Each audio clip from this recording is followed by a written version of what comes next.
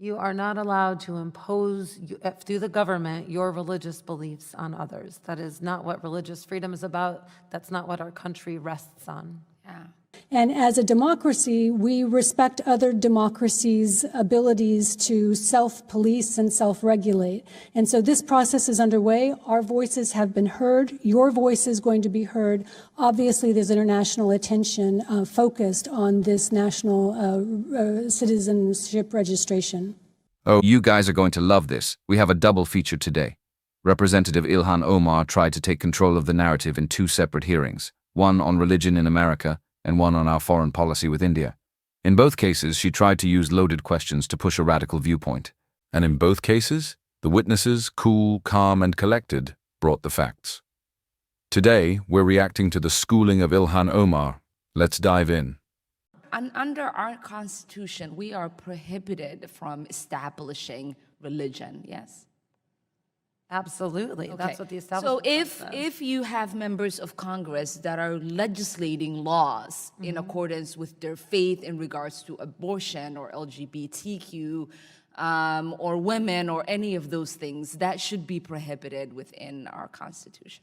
you are not allowed to impose, through the government, your religious beliefs on others. That is not what religious freedom is about. That's not what our country rests on. Yeah.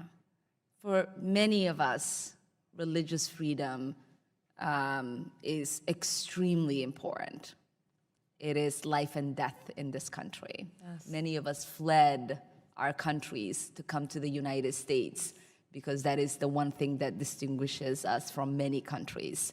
But it's also important that we have a secular government and protect people's civil rights and access to those civil rights. And so I appreciate your testimony. Watch carefully how Rep. Omar frames her question. She isn't just asking about the Constitution. She's trying to delegitimize any lawmaker who has personal faith. She basically asks, if you legislate based on your faith, shouldn't you be prohibited from doing that? That is a dangerous road to go down. Omar wanted the witness to say, yes, religious people shouldn't make laws. She was trying to conflate voting your conscience with establishing a state religion. But Ms. Leza didn't take the bait. She clarified, you are not allowed to impose through the government your religious beliefs on others. Here is why that matters. In America, we don't ban people of faith from the public square. If your faith informs your view on the sanctity of life or traditional values, you have every right to vote that way. That isn't establishing a religion. That is participation.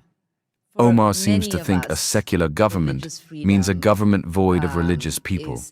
The witness correctly reminded her, Ambassador Wells, as you know, last month I let a letter to Ambassador Juster and Jones with you CC'd on it on the situation of Kashmir. Our partnership with India is strategic, but it's also based on our shared values of democracy, religious pluralism, and the respect of human rights. Under Modi and the BJP government, all of these mutual values have been threatened. And I think we have to understand the situation in Kashmir as part of an overall Hindu nationalism project of the BJP. So my first question to you is about the right of self-determination. Is the United States committed to emphasizing the centrality of Kashmir voices in determining the future of the Jammu and Kashmiri people?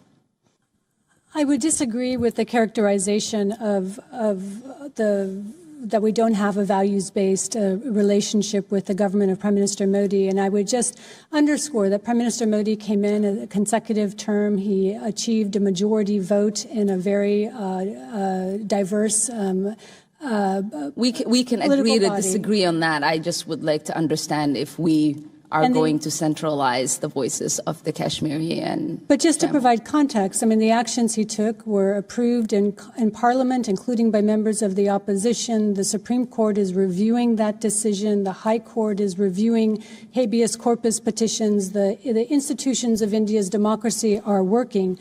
We absolutely believe that Kashmiri's voice needs to be heard, that in any restoration, when there is restoration of a of an assembly, when there are state assembly elections, that's the way for Kashmiris to be able to register their views, also in peaceful assembly.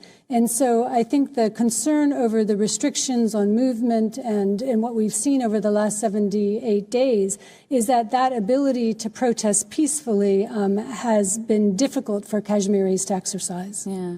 I mean, and the part of the reason I asked and the part of the reason I emphasized the context of the larger PGP project is because I think in both cases, the impunity we have seen for crimes against Muslims under the PJP was warming for such worse things to come. In Assam, almost 2 million people are being asked to affirmably approve their citizenship. As my colleague and the chairman said, there have been official statements to the effect that no Buddhist, Christian, Sikh, or Jain refugees need to worry about their status. And so this is a clear anti-Muslim program. And I'm sure you've seen the same reports that the Indian government is starting to build camps in Assam, presumably to hold those who are unable to prove their citizenship. This is how the Rohingya genocide started. At what point do we no longer share values with India? Are we waiting for the Muslims in Assam to be put in those camps?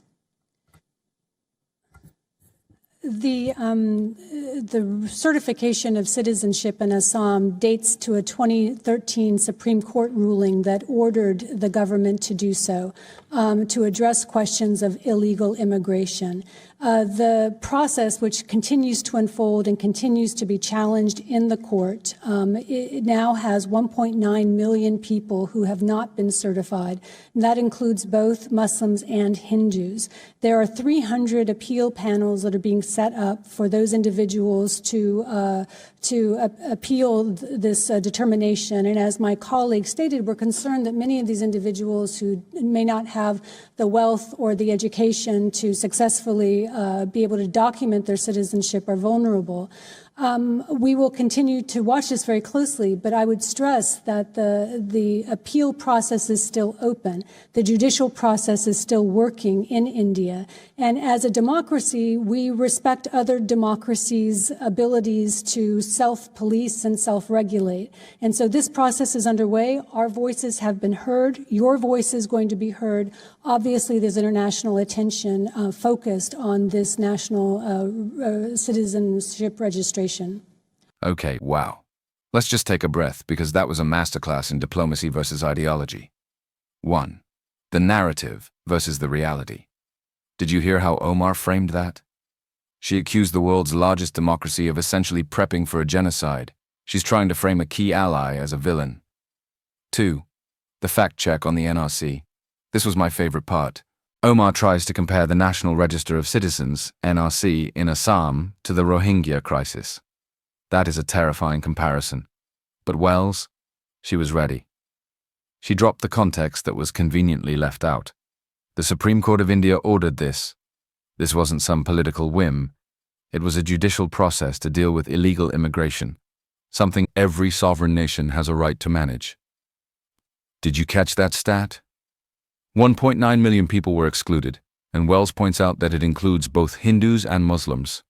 That one fact completely deflates the religious targeting narrative. 3. The self-policing mic drop, and finally that closing line. We respect other democracies' abilities to self-police. That is the doctrine right there. It's about sovereignty. Wells is saying, look, India has courts. They have an opposition party. They have a constitution. Let them handle their internal business. It's refreshing, honestly. Instead of lecturing a strategic partner, Wells treated them like an equal. 2 hearings, 2 witnesses, and 2 reality checks for Rep. Omar. Let me know in the comments, do you think faith has a place in politics, and was Alice Wells right to defend India's sovereignty? Don't forget to like and subscribe. See you next time.